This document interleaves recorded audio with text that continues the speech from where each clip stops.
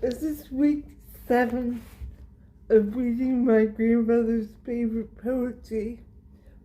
This was one I couldn't find much about the poet. I couldn't find the poems themselves online. So I'll read it out of the book and type it in the description.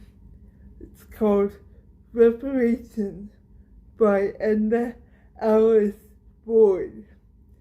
When life must terrible ugliness, it makes amends with loveliness.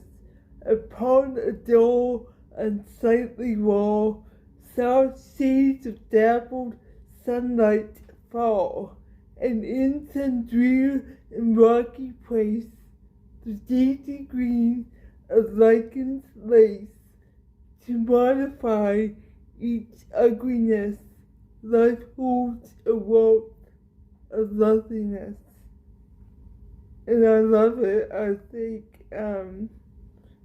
it points out how there's always beauty to be found, even if everything kind of looks dim or depressing or hopeless. There's always something, either nature or your surroundings, that you can find beauty in. Thank you, and I'll see you next week. Bye.